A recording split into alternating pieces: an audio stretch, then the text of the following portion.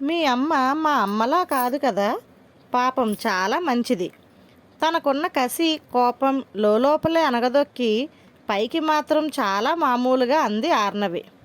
అవును, అందరూ అలా ఉండలేరు. పనిధ్యాసలో పరధ్యానంగా కూతురు మాటకి వంత పాడింది కౌముది.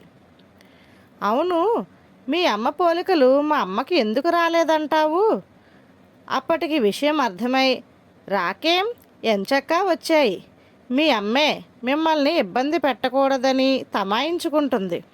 నువ్వు ఇప్పుడు చూస్తున్నావు మీ అమ్మమ్మని. అప్పట్లో అయితేనా తను చెప్పిన దానికి తేడా చేస్తే మాకు చాకిరేవి పెట్టేసేది. సరదాగా కొన్నాళ్ల పాటు మా అమ్మ ఏం చేసేదో నన్ను చేసి చూపించమంటావా? కవ్వింపుగా కూతుర్ని అడిగింది. ఏం కాదు, అమ్మమ్మ చాలా మంచిది. ఇప్పుడు అలాగే కనిపిస్తుంది. నా పెళ్ళి కాకముందు చూడాల్సింది అసలు సిసలు అమ్మమ్మని. నేను నమ్మను అంది ఆర్నవి. నువ్వు నమ్మవని నాకు తెలుసు. అయినా ఇలాంటివన్నీ అర్థం కావాలంటే నీకు కూడా పెళ్ళయి నీలాంటి తిక్కల పిల్ల పుట్టుకు రావాలి. ఆమె మాటలో కొంత అసహనం ఉన్నా, ఎంతైనా కూతురు కాలిలో ముళ్ళు దిగితే తను నొప్పితో విలవిల్లాడిపోయే తల్లి కదా. ఆ సాధింపు వెనక ఒక దీవెన కూడా దాక్కొని ఉంది. అదే మరి, ఏమన్నా ఆ మాటే అంటావు. సర్రున కోపం వచ్చింది ఆర్నవికి. కోపానికేం తక్కువ లేదు. నీ పెళ్ళయ్యాక నేను మంచిగానే కనబడతానులే సనుక్కుంది కౌముది. ఒకరోజు, అమ్మా, అరకు వ్యాలీ ఎక్స్కర్షన్కి వెళ్తాను అడిగింది ఆర్నవి. వద్దులే తల్లి, అసలే చలికాలం. అయినా నాన్న ఒప్పుకోవాలి కదా. నువ్వు సరే అంటే వెళ్ళమన్నాడు నాన్న అన్నది ఆర్నవి. ఆయనకేం, నాలిక చివరి నుంచి అనేసి నా మెడకి చుట్టేస్తారు. మంచి చెడు ఆలోచించక్కర్లేదా? మొన్నే కదా నీకు జ్వరం వచ్చి తగ్గింది. ఇంత వెంటనే వెళ్తే మళ్ళీ జ్వరం తిరగబెడితే ఎంత కష్టం. ఆలోచన లేకపోతే ఎలా? భర్త మీద విసుక్కుంటూ కూతురికి కాదని చెప్పేసింది కౌముది. పర్వాలేదమ్మా, ఫ్రెండ్స్ అందరూ వెళ్తున్నారు అన్నది ఆర్నవి. నాకైతే వద్దనిపిస్తోంది నిష్కర్షగా చెప్పేసింది కౌముది. అన్నిటికీ అలా అంటావేమిటి? విసుక్కుంది ఆర్నవి. రేపు నువ్వు అమ్మ అయ్యాక తెలుస్తుందిలే చెప్పింది కౌముది. నీలా కాదు, నేను నా పిల్లల్ని ఎప్పుడు కావాలంటే అప్పుడు, ఎక్కడికి కావాలంటే అక్కడికి పంపించేస్తాను పౌరుషంగా చెప్పింది ఆర్నవి. అది చూద్దాం చిన్నగా నవ్వింది కౌముది. ఈ కాలం పిల్లలు మామూలేగా. చివరికి కూతురు మాటే నెగ్గింది. ఆర్నవి ఇంటర్ ఇంజనీరింగ్ చదివే టైంలో ఇలాంటివి చాలానే జరిగాయి. దాంతో పాపం కౌముది మీద అన్నిటికీ వద్దంటున్న ముద్ర పడిపోయింది. ఆ రోజు రాత్రి తండ్రి కూతురు కలిసి చిన్న మీటింగ్ ఏర్పాటు చేశారు. వంట వద్దని బయట నుంచి బిర్యానీ అవి ఆర్డర్ చేసి తిన్న తర్వాత తీరిగ్గా కౌముదిని ముగ్గులోకి లాగారు. విషయం ఏమిటంటే, ఆర్నవి ఎంఎస్ చేయడానికి యుఎస్ఏ వెళదామని సరదా పడుతోంది. తండ్రి పెద్దగా అభ్యంతర పెట్టలేదు. కౌముదికి మెల్లిగా విషయం చెప్పి ఒప్పించాలనే ప్రయత్నం చేశారు. నేను చచ్చినా ఒప్పుకోను ఖరాఖండిగా చెప్పేసింది కౌముది. అది కాదమ్మా, కూతురు మాట వినిపించుకోకుండా నువ్వు మాకు ఒక్కదానివే. 4 ఏళ్లలో నువ్వు వెనక్కి వస్తానంటున్నావు. కానీ అక్కడికి వెళ్ళిన వాళ్ళు ఎవరూ తిరిగి వచ్చిన దాఖలాలు లేవు. నువ్వు పుట్టాక నిన్ను ఒక్కరోజైనా వదిలి ఉండలేదు. ఇప్పుడు నన్ను వదిలేసి ఎలా వెళ్ళిపోతానంటున్నావు? కళ్ళ నీళ్లు తిప్పేసింది. అది కాదమ్మా, మా ఫ్రెండ్స్ అందరూ వెళ్తున్నారు అంటూ రకరకాలుగా తల్లిని ఒప్పించే ప్రయత్నం చేసింది ఆర్నవి. ఇప్పుడు నీకు అర్థం కాదులే. నీకు కూడా ఒక చంటిది పుట్టి అది నిన్ను వదిలేసి పోతాను అంటే అప్పుడు తెలుస్తుంది అన్నది కౌముది. అబ్బా, మళ్ళీ అదే మాట అని తల కొట్టుకొని, కన్న కూతుర్నే శపిస్తున్నావా అని అడిగింది. ఏం, మరి నీ కూతురు నిన్ను వదిలి వెళ్ళడం శాపమా? ఇప్పుడు నా కూతురు అమెరికా వెళ్తానంటే అది నాకు వరమా? నిలేసింది కౌముది. అది కాదు కౌముది, నీ ఫ్రెండ్ విశాల కూతుర్ని పంపలేదా? పాపం ఆర్నవి సరదా పడుతోంది కదా. అయినా ఈ కాలంలో అమెరికాను దూరం కింద ఎవరూ చూడట్లేదు. మనం కూడా ఎప్పుడు కావాలంటే అప్పుడు వెళ్ళొచ్చు. దాని భవిష్యత్తు గురించి కూడా ఆలోచించాలి కదా. మీకు దానికి ఇష్టమైతే నన్ను అడిగేదేముంది? మీ ఇద్దరికీ నచ్చినట్లు చేయండి. కౌముదికి కష్టం తోచినట్లు అర్థమైంది శ్రోతలకి.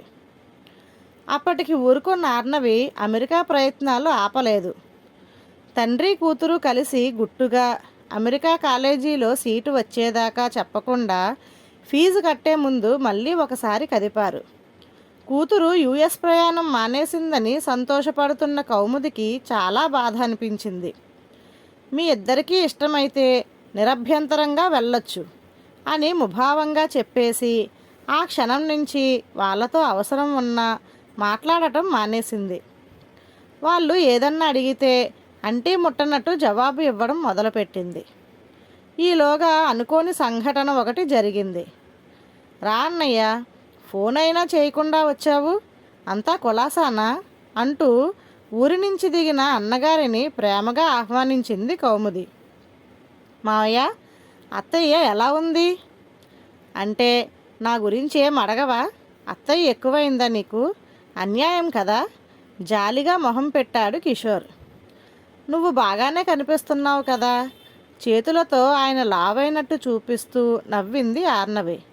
బాగా లావయ్యానంటావా? నవ్వుతూ అడిగాడు మేనకోడల్ని. ఓ గుప్పెడు పొట్ట వస్తే మంచిదే లేరా, అది అలాగే అంటుంది అన్నయ్యని సమర్థించింది కౌముది. బావగారు లేరా? అబ్బో, అంత గౌరవం ఎప్పటి నుంచి నాయన? అప్పుడే ఇంట్లోకి అడుగు పెడుతూ ఆశ్చర్యంగా అడిగాడు ఆర్నవి తండ్రి. ఏం చేస్తాం, ఒక్కోసారి ఎలాంటి వాళ్ళకైనా గౌరవం ఇవ్వాల్సి వస్తుంది. అంటే ఏమిట్రా నీ ఉద్దేశం? అంతే. ఇద్దరూ పెద్దగా నవ్వుకున్నారు. కారణం, ఇద్దరూ చిన్నప్పటి నుంచి మంచి స్నేహితులు. భోజనాలు చేస్తుండగా అసలు విషయం బయట పెట్టాడు కిషోర్.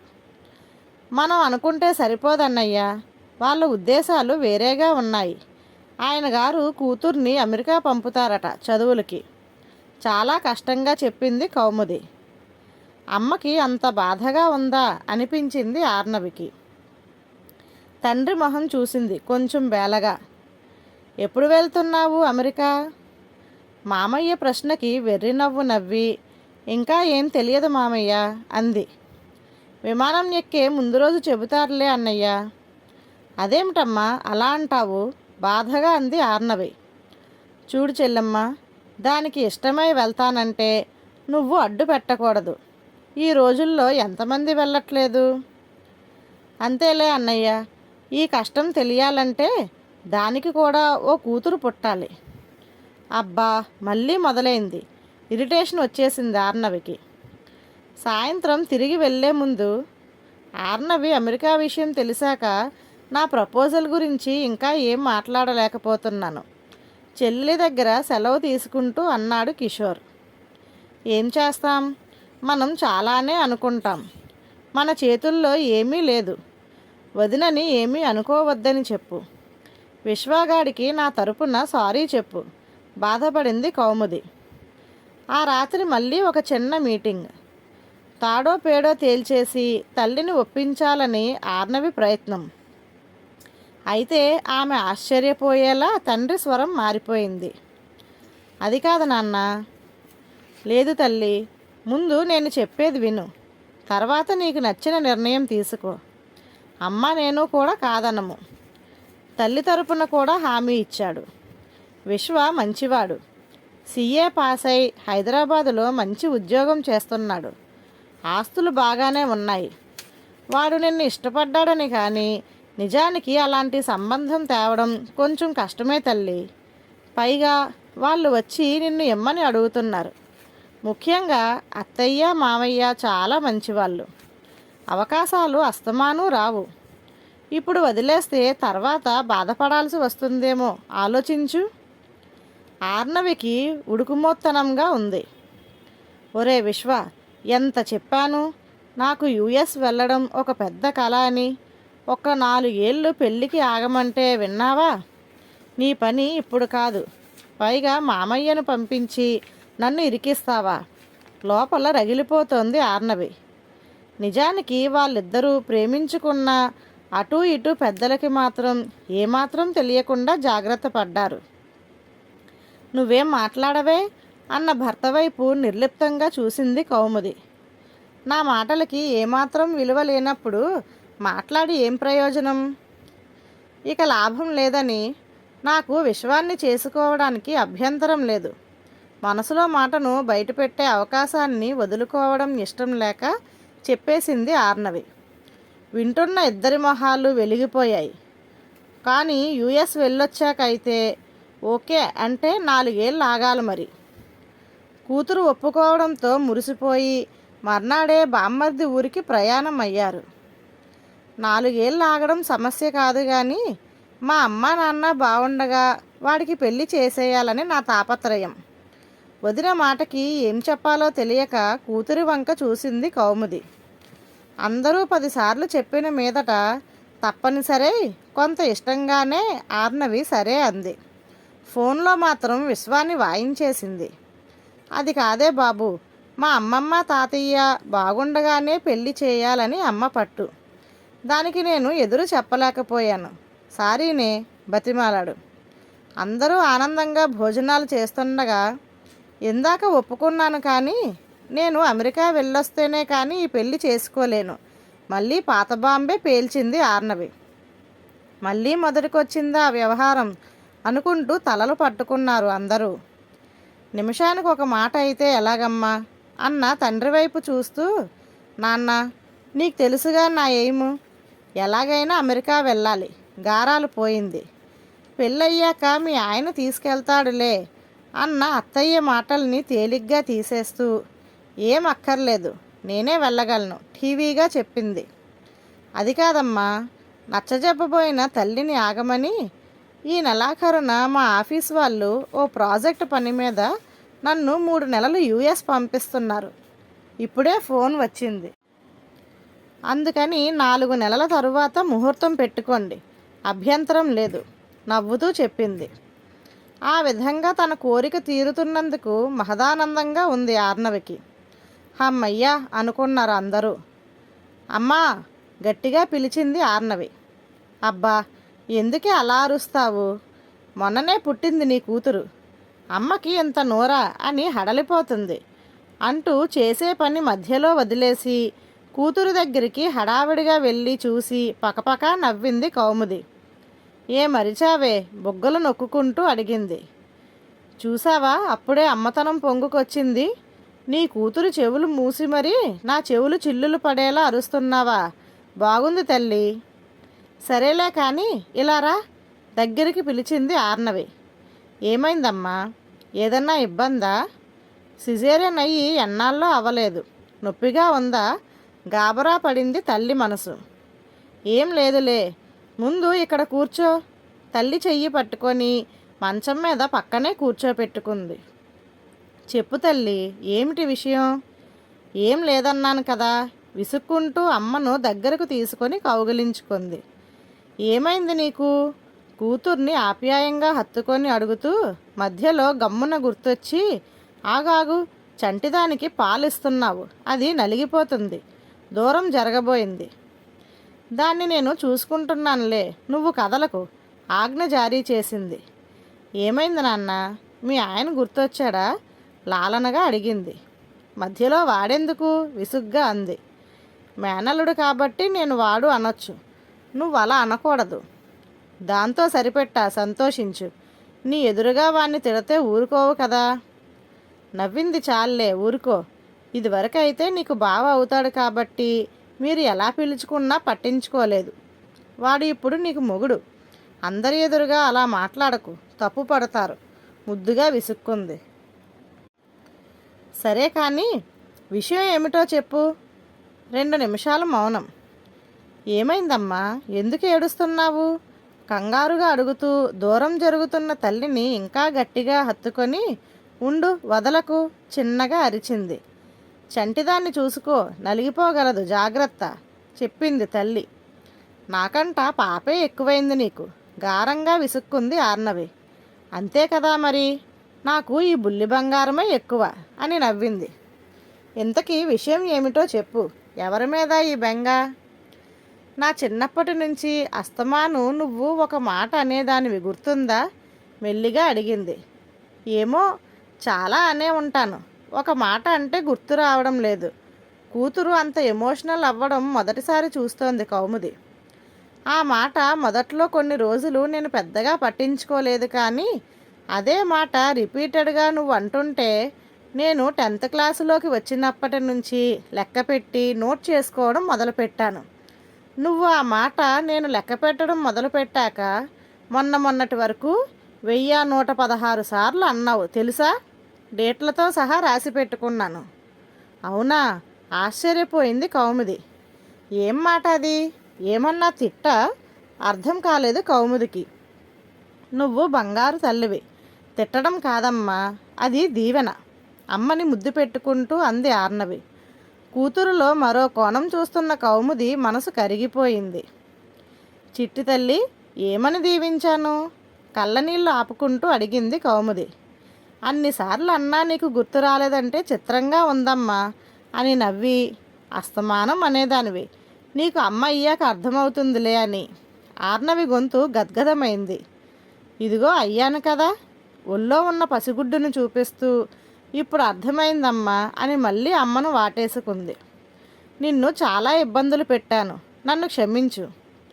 పిచ్చిదానిలా మాట్లాడకు, నువ్వు బంగారు తల్లివి, పిల్లలన్నాక అలాగే ఉంటారు, ఉండాలి కూడా.